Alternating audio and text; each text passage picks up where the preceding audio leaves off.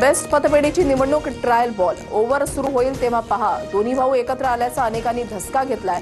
आदित्य ठाकरेंचं वक्तव्य.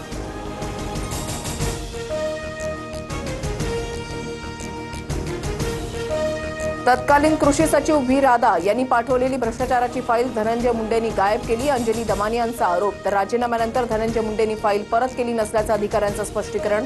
दमानियांची माहिती. नाशिकच्या पालकमंत्री पदासाठी भुजबळांच्या नावाला शिवसेनेच्या सुहास कांदेंचा विरोध. राष्ट्रवादीचे 7 आमदार आहेत, पण ते तुमच्यासोबत आहेत का? भुजबळांना सुहास कांदेंचा सवाल.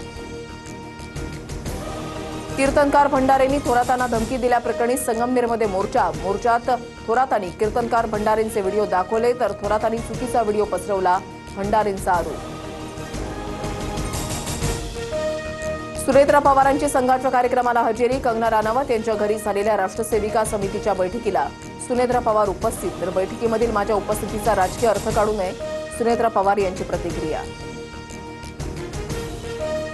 माझी बायको सकाळपासून संध्याकाळपर्यंत कुठे जाते हे मला मिनिट टू मिनिट माहिती नसतं. अजित पवारांचं मिश्किल वक्तव्य.